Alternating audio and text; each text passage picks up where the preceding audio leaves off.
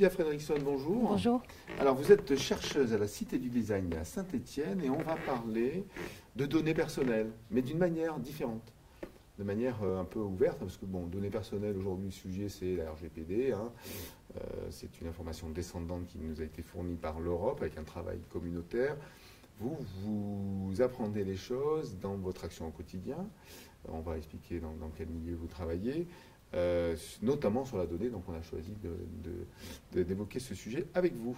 Alors d'abord, parlez-nous de votre travail au quotidien. Au quotidien, mon travail, c'est un travail en design qui ne se réduit pas à l'idée de faire des interfaces ou travailler avec le numérique. C'est aussi engager un travail sur le terrain, comprendre les usages. Et donc ce que je mène, c'est ce qu'on appelle un travail de littératie numérique, c'est-à-dire d'accompagnement de la société civile, des journalistes, des habitants d'un quartier, des associations, dans une compréhension des enjeux qui se cachent dans le numérique qu'ils manipulent au quotidien.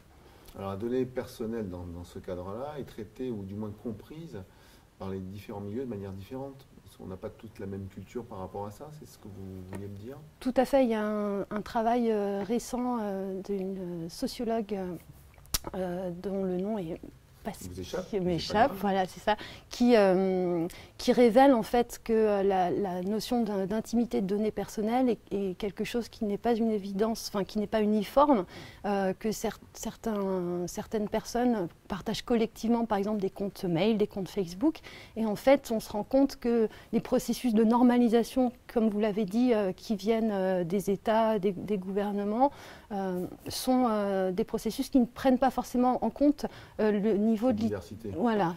Et puis les compréhension et exactement. L'interprétation en fait de ce qui est personnel, c'est ça. Exactement. Alors, on donnera quelques petits exemples au cours de notre conversation pour qu'on comprenne bien de quoi il s'agit. Donc, mais justement sur la donnée personnelle, vous travaillez donc avec des populations socialement défavorisées. On parlait d'underground avant de préparer tout ça. C'est vraiment, vous allez au cœur de la société. Vous travaillez avec des hackers, c'est quoi en fait?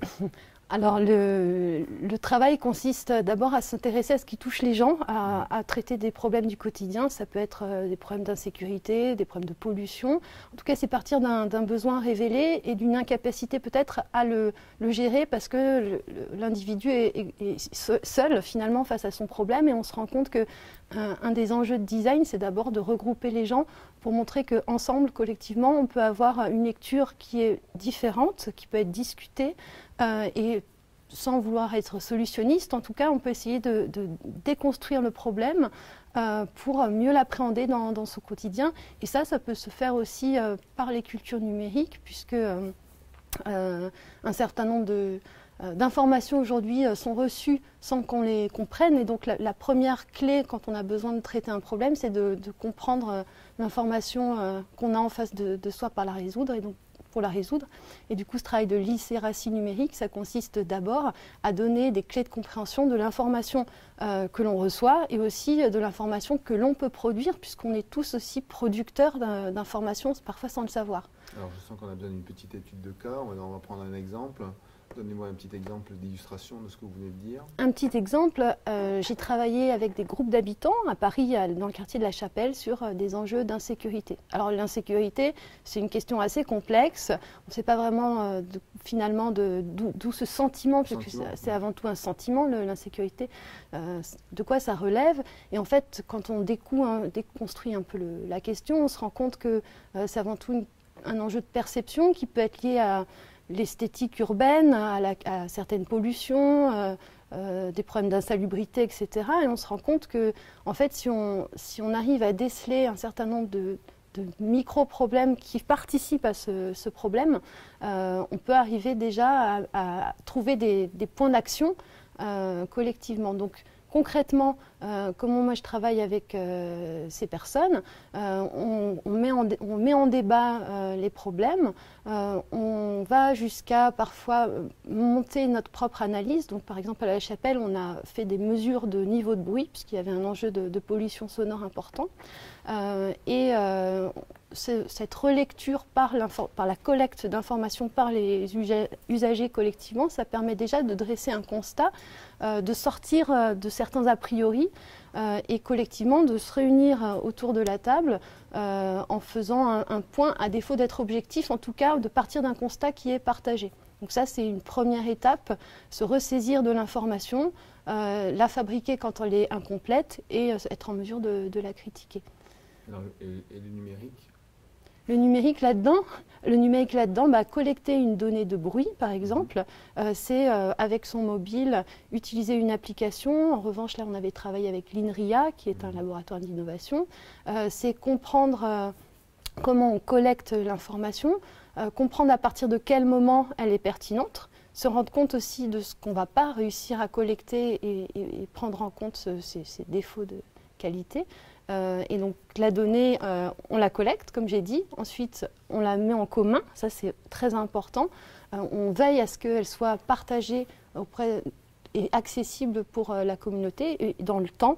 Et donc ça, c'est aussi un travail important. C'est mettre à disposition de manière pérenne l'information, savoir où on la stocke, savoir comment on fait pour y avoir accès. En l'occurrence, sur le bruit, c'est quoi? Vous avez mis des indicateurs, un niveau d'alerte, c'est quoi exactement? Sur le bruit, on a fait une cartographie du lieu où il y avait du bruit. Voilà, du quartier, ce qui a amené déjà à casser certains a priori. Après, il y a des mesures très concrètes qui peuvent être proposées sur la base d'observation. Par exemple, le bruit qui est causé par les camions poubelles qui passent à 6 h du matin.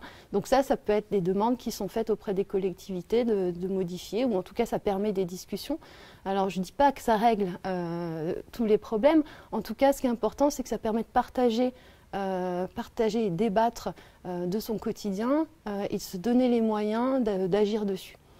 D'accord, c'est un exemple sur de collecte de données. Sur le côté données personnelles, protection de la donnée personnelle, on peut envisager d'autres exemples? Je réfléchis 2 minutes. On n'a pas 2 minutes, quelques secondes.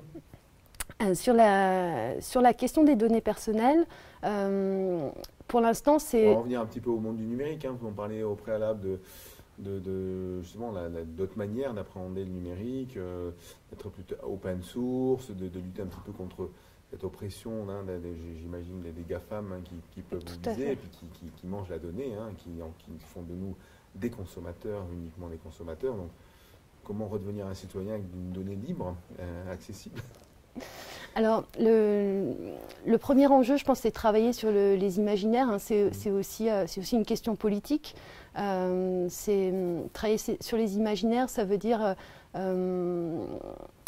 se donner les moyens de complètement renverser certains prismes qui sont des prismes habituels, parce que en cliquant sur un bouton, on est vraiment dans une situation usagée contre interface.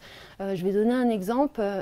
Yevgeny Morozov est un chercheur qui a fait une proposition de domaine public de la donnée personnelle. Donc, il inverse complètement le rapport qu'on a à la donnée personnelle et il dit « Et si toutes nos données personnelles étaient un bien public dont les États pourraient se servir pour améliorer des enjeux de santé, parce qu'en ayant un certain nombre d'informations, on va pouvoir aller plus vite, on va pouvoir accélérer. » Voilà. C'est une proposition presque communiste. C'est une proposition radicale. Elle sert plus de plaidoyer à l'invention et à l'imagination. D'accord. Quelque part, de dire cette donnée, elle est collectée par des privés autant qu'elle soit collectée par des publics. C'est un peu ça l'idée. Tout à fait. Contre-proposition qui est faite sur la donnée. Voilà. Alors, j'ai pris un exemple volontairement. Voilà, c'est ça, assez radical. Après, plus sérieusement, il y a un certain nombre de chercheurs qui travaillent sur la notion de données en bien commun, avec l'idée aussi de décentraliser, de sortir des effets de monopole, donc des GAFA, et de reprendre la main sur ces données en travaillant sur des logiques d'hébergement à des échelles plus petites des données. Ça passe par un certain nombre de relais.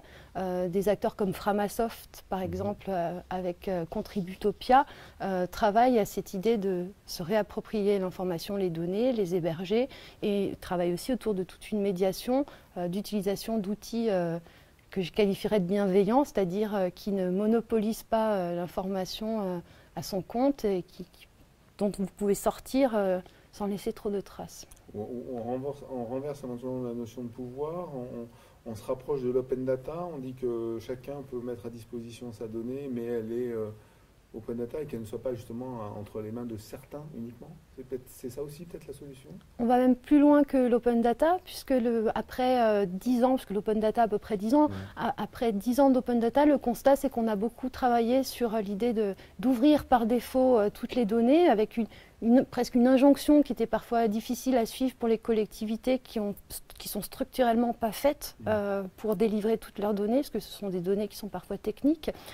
Donc aller plus loin que l'open data, ça veut dire quoi? Ça veut dire repartir des usages, et on revient sur ce qu'on disait au début, et mobiliser des communautés d'usagers qui vont produire de la donnée qui est réellement utile par rapport à un certain nombre de projets, et se donner les moyens de les réunir, et en collaboration avec la puissance publique, donc avec les villes, travailler sur des collaborations où le citoyen, en effet, devient plus qu'un usager, devient un producteur de données, et en maîtrisant le cheminement de ces données, en travaillant sur des gouvernances partagées, on peut aller vraiment plus loin que l'open data et lui donner du sens. Alors le lien ou le prolongement sur la francophonie, puisque vous étiez sur une table ronde qui traitait ce sujet, il est où dans votre propos?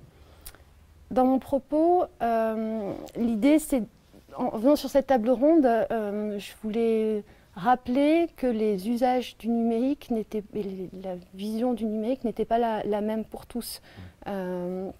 Et donc le premier enjeu, c'est de ne pas oublier, de faire un travail anthropologique, sociologique, pour ne pas oublier que avant de vouloir faire toujours mieux, toujours plus, on a besoin de mieux comprendre la diversité de nos cultures, en francophonie, en prenant en compte tous les pays, mais même en regardant ce qui se passe chez son voisin.